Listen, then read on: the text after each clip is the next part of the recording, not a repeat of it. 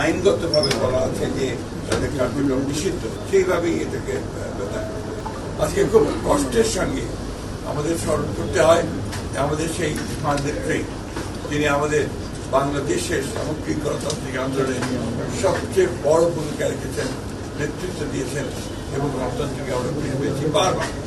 91 সালে সেই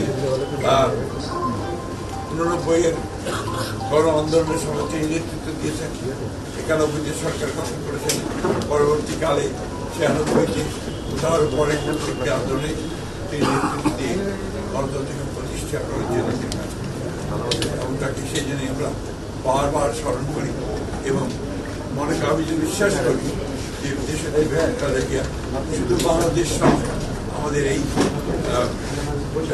Asia Pacific অঞ্চলে গণতন্ত্রকে প্রতিষ্ঠার জন্য যে সমস্ত নেতারা তাদের নিঃসন্দেহে আমরা তার চাই যে আল্লাহ তার কাছে প্রার্থনা করি যে তাকে যেন দেশত্যাগ করা হয়।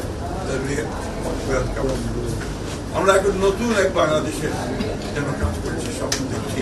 আমাদের নেতা, আমাদের তরুণ নেতা, আমাদের দলের চেয়ারম্যান এবং বর্তমান প্রধানমন্ত্রী তারেক রহমান সাহেবের নেতৃত্বে এবং অতি অল্প সময়ের মধ্যেই তিনি যে দেশের মানুষের মধ্যে একটা অবস্থান করে দিয়েছেন যে তিনি কাজ শুরু করেছেন এবং কাজ করবেন, তার বিভিন্ন কর্মপদ্ধতি সেটাই প্রমাণিত হচ্ছে।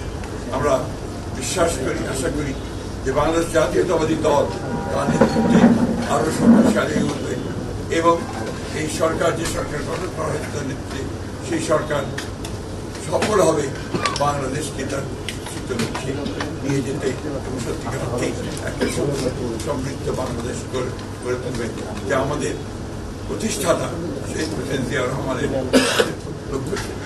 আমরা আশা করব যে আমাদের বাংলাদেশ মানুষ আমাদের দলকে সহায়তা করবে। পূর্বে এটা আমরা চাইনি এবং আমরা যেহেতু আমরা আইনগতভাবে বলা আছে যে তাদের কার্যক্রম নিষিদ্ধ, সেইভাবেই এটাকে সব জায়গায়